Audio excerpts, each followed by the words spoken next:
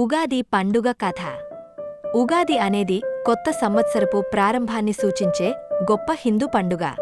ఇది ముఖ్యంగా దక్షిణ భారతదేశంలో, ముఖ్యంగా ఆంధ్రప్రదేశ్, తెలంగాణ, కర్ణాటక మరియు మహారాష్ట్ర రాష్ట్రాలలో ఉత్సాహంగా జరుపుకుంటారు.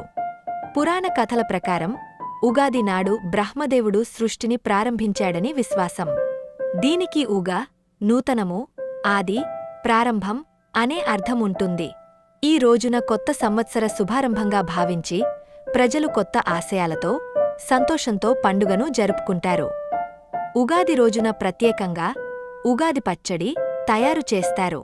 ఈ పచ్చడిలో షడ్రుచులు ఉంటాయి: తీపి, బెల్లం, చేదు, నిమ్మ, పులుపు, రాజకాయ, ఉప్పు, కారం, మిరపకాయ, వెచ్చదనం, మామిడి.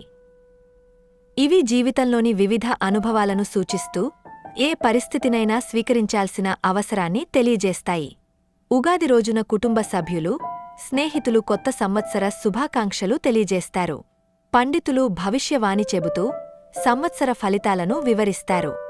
మామిడాకు తొరణాలు కట్టడం, రంగోలీలు వేయడం చేస్తారు. ప్రత్యేకంగా మామిడికాయ పచ్చడి